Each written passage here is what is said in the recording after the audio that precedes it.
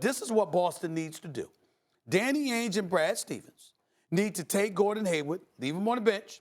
They need to prioritize playing Jaylen Brown with Jason Tatum, put Jaylen Brown back in that start lineup, put him in the lineup with Tatum, with Horford, with Morris, with Kyrie. Let Marcus Smart come off the bench again with Rozier, okay? And they've got to be your top 7. That's what I believe. I'm not saying there is a place for others. I'm not advocating that no one else plays, that Gordon Hayward and others don't get their minutes. But I'm telling you right now, the team that went to the conference finals, part of the reason was they were thoroughbreds. They were long, they were athletic, and they went after it, and they were hungry. And they knew that they didn't have to worry about getting yanked if they made a mistake here or there. They were the team. Kyrie's going to be there instead of Rozier. Go with who you had last year instead of, and you have Kyrie in there, have Rozier coming off the bench instead of starting like he was last year in the playoffs, obviously. Have Rozier and Marcus Smart. That's what you need to do. You don't need to trade. You didn't need to trade Kyrie. You should have had those guys in the lineup long ago. You know what the Celtics did wrong?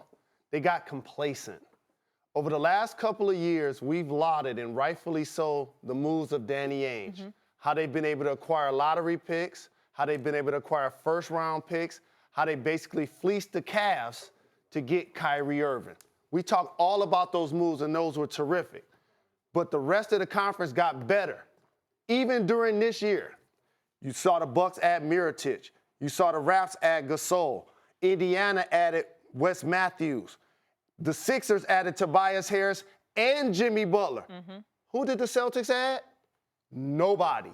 And you know when you do that for a team that went to the conference finals last year but is not meeting expectations this year, you're telling your team we're really playing for the playoffs. Who do you add, But Jalen? Jalen, they did add people because Gordon Hayward and Kyrie couldn't play in the end, so it's almost like they added players. Correct. And so now you bring back Gordon Hayward as your highest paid player and had 3 points last night. Okay, you bring back Al Horford, who's not an all-star this year. You wanted Tatum to take the all-star leap this year. It did not happen. So now you give the ball to Kyrie, and rightfully so. He was actually dazzling last night. The problem was when he's at his best, it's 3 assists. It's 5 assists and 25, 30 points.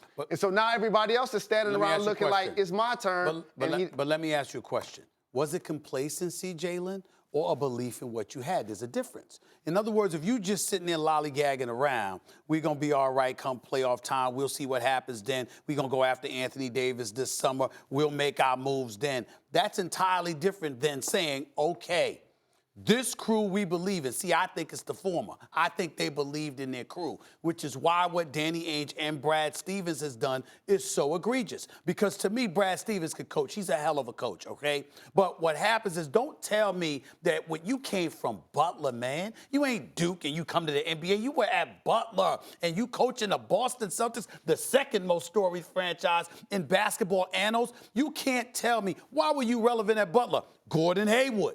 That was your star. Don't tell me you don't have that strong level of affection for him, that you didn't try to look out for him, that didn't get in the way. Hold on, and I don't care what anybody says about that. The problem is this, if you're the Celtics. Who do you bring in who's better on paper than what you got already? And how do you acquire that player? So, for example, Gordon Hayward, if you were to move him now, like let's say you said, forget about Allegiance, coach. He's making too much money to sit on the bench and not play minutes. Maybe he'll be good in the future. He's still not recovered from the injury. You got to move him. You're selling low. You're not going to get what you need. You're going to get. But I'm not advocating moving them. Al Horford, same sort of thing. I like Al Horford. Right. You're going to trade Brown or Tatum, these two young cats, unless there's a superstar involved. What? The point is, when you look at the team, who do you bring in? You say you're playing instead of that guy. And what do you give up for that dude? When I look at the team, what I see are guys who don't want to play with Kyrie. They play better when he's not on the court. Correct. And here's why a team can go undefeated and win the championship.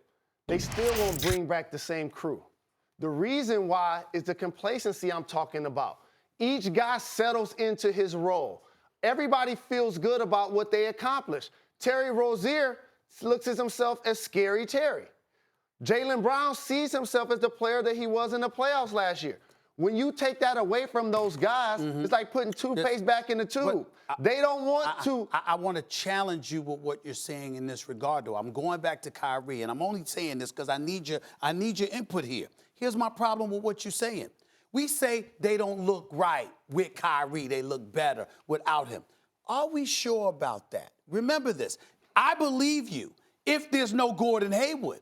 But if you're trying to ingratiate Gordon Hayward in the mix and Max has a look and you always interrupt me with that point, it's almost like you don't want me to say something about Gordon Hayward. I don't understand it. Gordon Hayward has hurt the development of Tatum, of Brown, of Terry Rozier, when Terry Rozier has to come off the bench and be in the lineup with him. I'm lying about that? You're not lying, but here's what happened. The Celtics used to be an effort team that beat you with their will that had skill. Now they have so many individual parts, they're not a team. Like when we talk about the Celtics, we're going to overvalue them as individuals. But guess what they're not better than? The Raptors. They're not better than the Bucks. And we know that they have the Greek freak in Kawhi, but then when you start to look at the other parts. I want to piggyback off that. And when you talk about the Celtics parts, you'll start to rank the Celtics players better than the players on those two teams. I want to piggyback off that. That's the whole thing about these Celtics. We know that Smart and Rozier and Morris at the beginning of the season are supposed to be off the bench. Good, deep team, great coach. But really, we were wowed by the starting five. Oh, my God. Kyrie is a superstar. Horford's an all-star. Tatum is an emerging superstar, it looked like. Brown might be an all-star in the future. Gordon Hayward's been an all-star. What a starting five. All of a sudden, the only all-star on the team is Kyrie. And here's the problem. This is where your point comes in. They don't want to play with him. When you say it's Hayward, go put those stats up again, guys. Let's have the producers put those stats up again. Look at the numbers with and without Kyrie. Just Kyrie. The plus-minus, it's a huge difference. The 0-6 to 6-0. I mean, that's not, look at that. That's with and without Kyrie. So is it's it ridiculous. his play? Is it his attitude? Are we saying he's a cancer in the locker room? What's the I'm deal with him? saying I think it's nuanced. Jalen just hit it. These guys need to beat you as a cohesive unit. They have to do it with will.